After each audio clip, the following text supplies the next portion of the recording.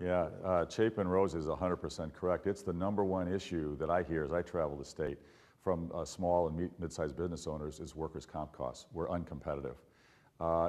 We need to transform the economy to grow jobs and have rising wages, and to do that, workers' comp needs to be reformed, along with unemployment insurance and tort reform. If we get those things done, we'll be able to recruit more employers here, and we can get more jobs and rising wages.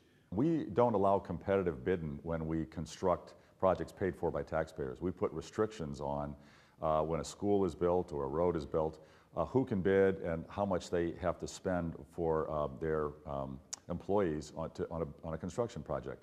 I believe in competitive bidding. And if a local government, a county or a municipality like Decatur wants to set a certain wage on a construction project, they should be allowed to do that, but they shouldn't be dictated by Springfield. I believe in local control. Frankly, when I look at the numbers, that could save our taxpayers anywhere from 20%, 30% and more when we build a new school or a road or a bridge. And that's a lot of money that could go in to build more schools or more roads if we have competitive bidding and save that taxpayer money. State legislature obviously is going to be dealing with a budget here, hopefully by the end of May. Yeah. Is that something that's going to be done at the end of May? 'Cause I've been around here since 1979. It seems they kind of drag their feet when we get down to this time of year. Do you think it'll be done by May, or are we going to be in the summer? Well, my goal is to get it done by May 31st, and we are working hard. One of the reasons we put our budget out on time in February is to give plenty of lead time for people to get ready. It's one of the reasons we've also put our turnaround agenda into legislative bill form, so it's all ready to go. But you know, the wheels of democracy grind slowly. The legislature takes things in its own pace. It's a little bit like watching sausage get made. It's not, it's not necessarily pretty. Hopefully it tastes good at the end. But we could well go into overtime. That's not my goal. I hope to stay focused. And I've been meeting with both leaders in the Democratic caucus, Speaker Madigan and President Culleton, developed a good chemistry, good communication, good working relationship with them, as well as Leader Durkin and Leader Radonio. The communication is strong.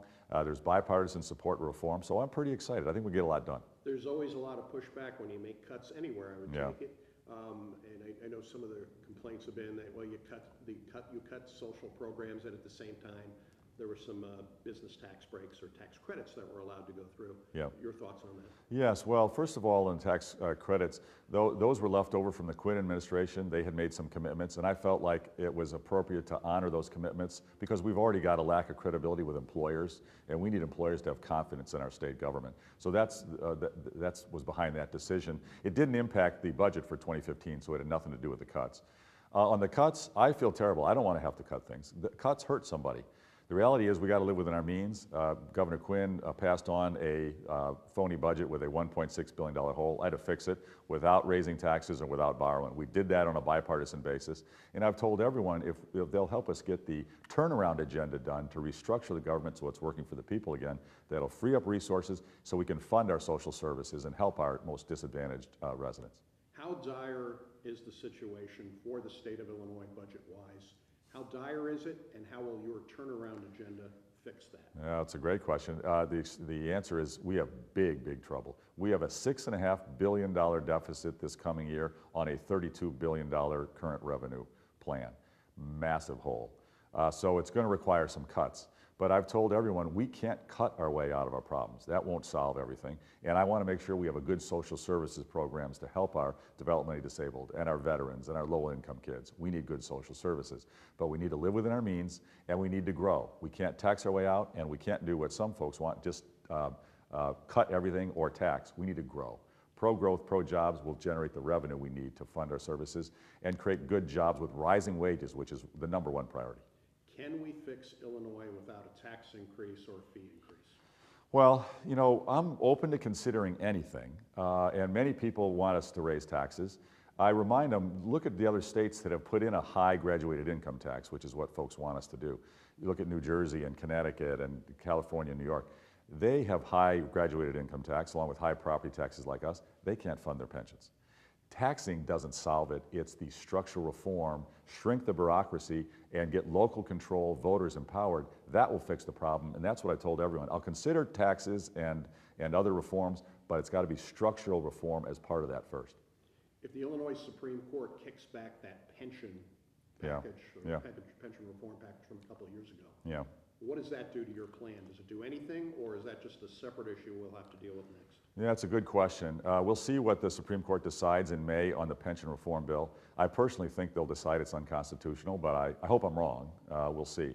I've recommended, irrespective of what the Supreme Court tells us, let's do a constitutional referendum to make it clear what is allowed to change in the Constitution for pensions, so we don't have to spend years in court anymore.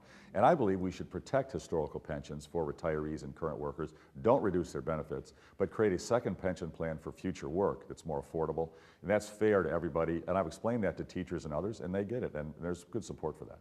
Decatur is a city that has pretty high unemployment. We're usually right up at the top. Yes, For some unfortunately. reason, we've lost a lot of businesses over the years, lost Firestone and a few other businesses. Yeah. What can the city of Decatur do? What proactive steps can they take to bring business back into their city? Well, I've asked mayors and city councils all over the state, especially in Decatur, to pass a resolution to support our turnaround agenda, because our turnaround agenda is pro-growth, pro-job creation, and Decatur can thrive. With Decatur's location and hardworking people there, Decatur can boom, but we need to free workers' comp, unemployment insurance, tort reform, and I want cities like Decatur to be able to decide for themselves whether they want to create employee empowerment zones, places where people can choose whether to join a union or not. It's up to them to decide. That will allow us to recruit companies that will only go to open employment states, and if we can recruit some of those to Decatur, we'll get a booming economy and rising wages right there. Obviously, we're a union town. I mean, we've got Caterpillar, and we've had Sure. quite a union history, I guess. Sure. Do you expect a big pushback on that? I'm sure you're getting a little bit already. There's going to be a little bit of pushback, but you know what? A lot of union members realize that we're not growing, and their wages can't rise without more growth, and we need more jobs. And I don't want to reduce union influence. Unions do a lot of good things and have done a lot of good things in Illinois, but we need a balance, and we need to recruit more companies. We need to compete with Indiana and Michigan and Tennessee and Texas and other states and other countries. So we need more flexibility, and with flexibility, union households, frankly, there'll be more union members and more rise in wages with more growth. Chamber of Commerce on the state level had suggested last year, I believe they're still, if I'm correct, pushing for a possible gas tax increase to help fund road construction. Yep. Will there be a capital bill this year, and would a gas tax increase be part of that? Well, as I said, I'm open to tax reform and looking at all variations of different types of taxes. I am committed to a big capital program and a very big investment in our infrastructure, especially in communities like Decatur, where you need better roads and access, and also the intermodal opportunities for transit there are huge in Macon County. I'm very supportive. But I don't want to talk about taxes unless we get structural reform to shrink the wasteful spending so taxpayers are getting value, because right now taxpayers aren't getting value in Illinois. You were talking about the possibility of holding back some of the income tax that goes to local governments. In the case of Decatur, they're worried that they're going to lose anywhere, I believe, from $1.5 million to $3 million, depending on what the final situation looks like. Sure.